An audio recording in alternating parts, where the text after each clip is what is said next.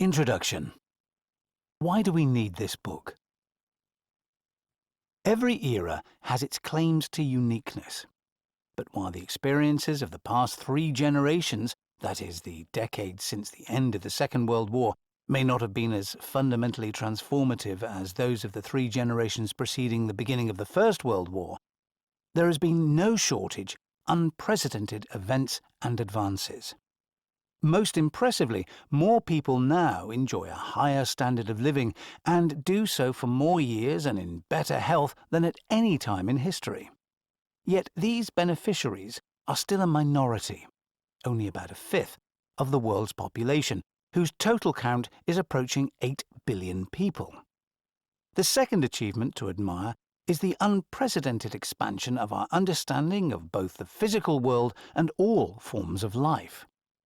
Our knowledge extends from grand generalizations about complex systems on the universal, galaxies, stars, and planetary, atmosphere, hydrosphere, biosphere, scale, to processes at the level of atoms and genes. Lines etched into the surface of the most powerful microprocessor are only about twice the diameter of human DNA.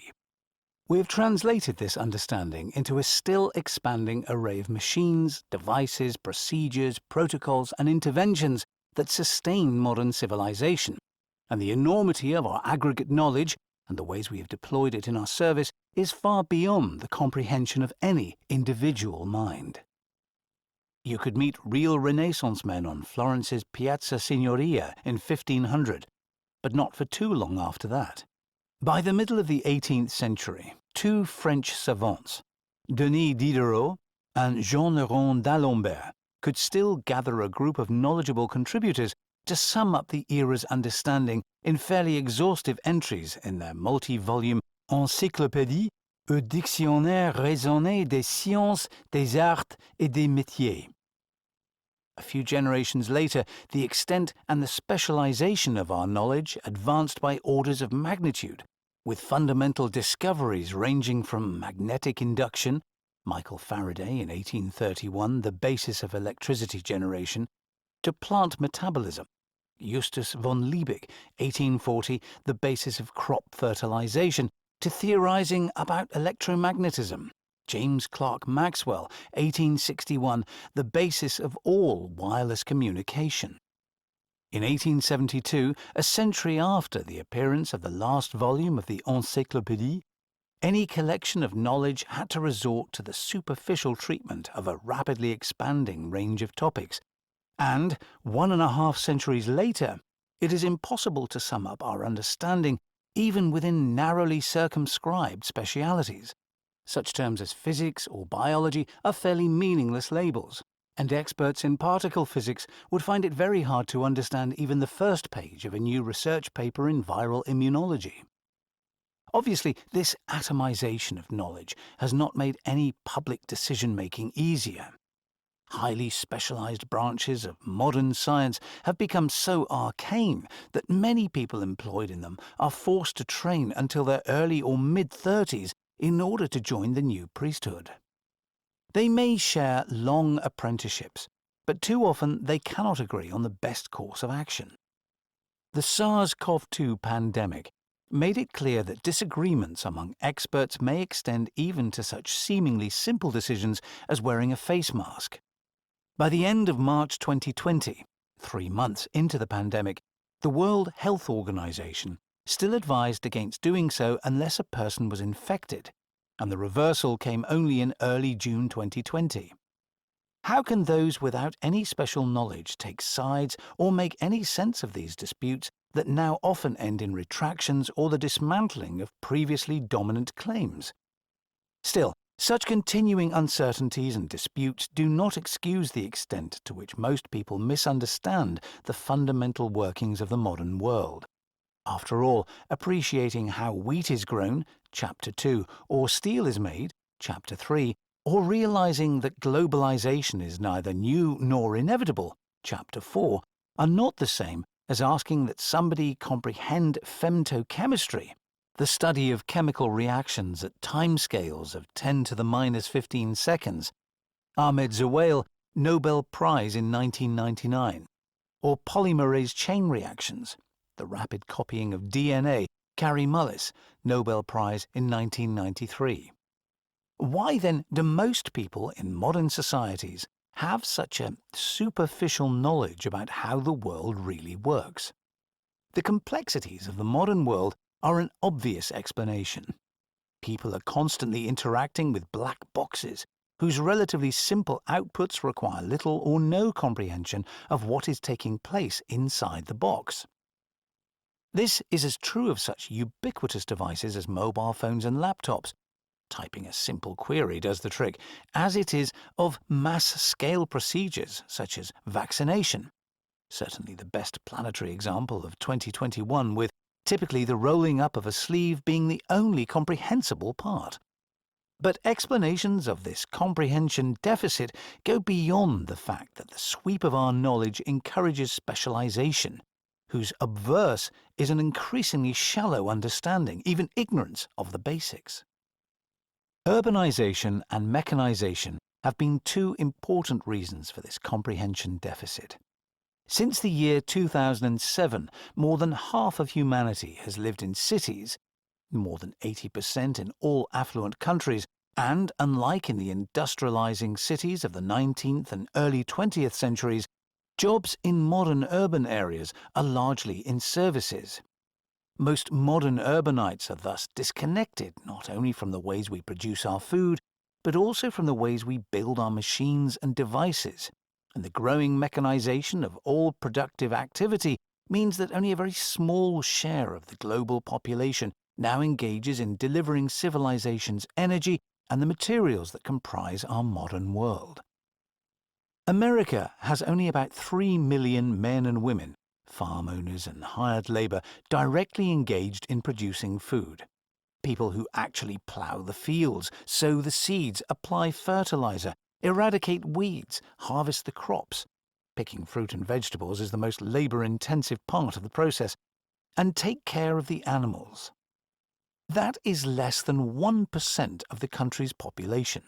And hence it is no wonder that most Americans have no idea, or only some vague notion, about how their bread or their cuts of meat came to be. Combines harvest wheat, but do they also harvest soybeans or lentils? How long does it take for a tiny piglet to become a pork chop? Weeks or years? The vast majority of Americans simply don't know. And they have plenty of company. China is the world's largest producer of steel, smelting, casting, and rolling nearly 1 billion tons of it every year, but all of that is done by less than 0.25% of China's 1.4 billion people. Only a tiny percentage of the Chinese population will ever stand close to a blast furnace, or see the continuous casting mill with its red ribbons of hot moving steel. And this disconnect is the case across the world. The other major reason for the poor and declining understanding of those fundamental processes that deliver energy, as food or as fuels, and durable materials, whether metals, non-metallic minerals or concrete, is that they have come to be seen as old-fashioned, if not outdated, and distinctly unexciting compared to the world of information, data, and images. The proverbial best minds do not go into soil science and do not try their hand at making better cement.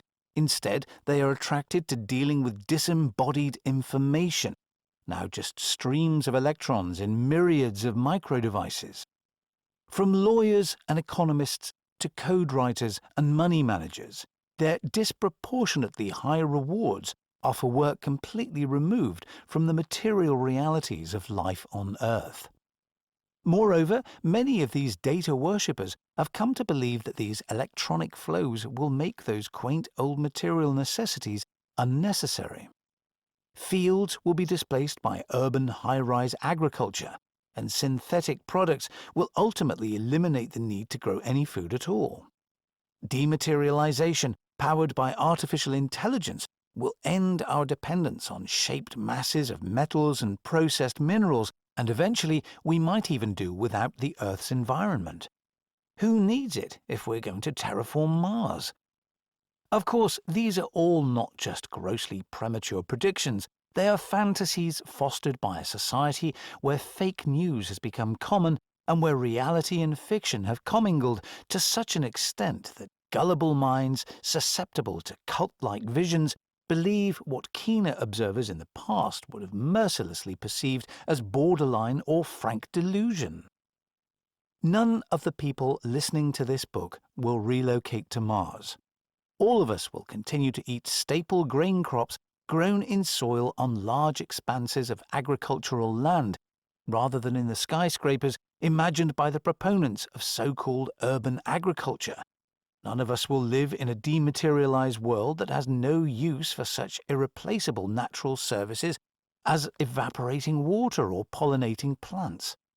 But delivering these existential necessities will be an increasingly challenging task, because a large share of humanity lives in conditions that the affluent minority left behind generations ago, and because the growing demand for energy and materials has been stressing the biosphere so much and so fast that we have imperiled its capability to keep its flows and stores within the boundaries compatible with its long-term functioning.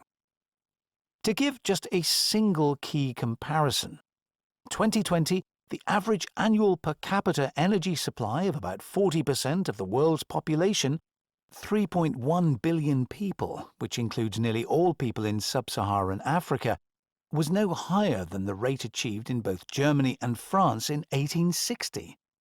In order to approach the threshold of a dignified standard of living, those 3.1 billion people will need at least to double, but preferably triple, their per capita energy use, and in doing so multiply their electricity supply, boost their food production, and build essential urban, industrial and transportation infrastructures. Inevitably, these demands will subject the biosphere to further degradation. And how will we deal with unfolding climate change? There is now a widespread consensus that we need to do something to prevent many highly undesirable consequences.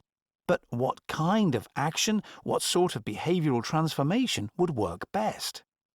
For those who ignore the energetic and material imperatives of our world, those who prefer mantras of green solutions to understanding how we have come to this point, the prescription is easy.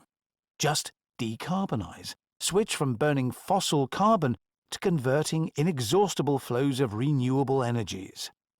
The real wrench in the works: we are a fossil-fueled civilization whose technical and scientific advances, quality of life and prosperity rest on the combustion of huge quantities of fossil carbon, and we cannot simply walk away from this critical determinant of our fortunes in a few decades, never mind years. Complete decarbonization of the global economy by 2050 is now conceivable only at the cost of unthinkable global economic retreat, or as a result of extraordinarily rapid transformations relying on near miraculous technical advances. But who is going, willingly, to engineer the former while we are still lacking any convincing, practical, affordable global strategy and technical means to pursue the latter? What will actually happen? The gap between wishful thinking and reality is vast. But in a democratic society, no contest of ideas and proposals can proceed in rational ways without all sides sharing at least a modicum of relevant information about the real world, rather than trotting out their biases and advancing claims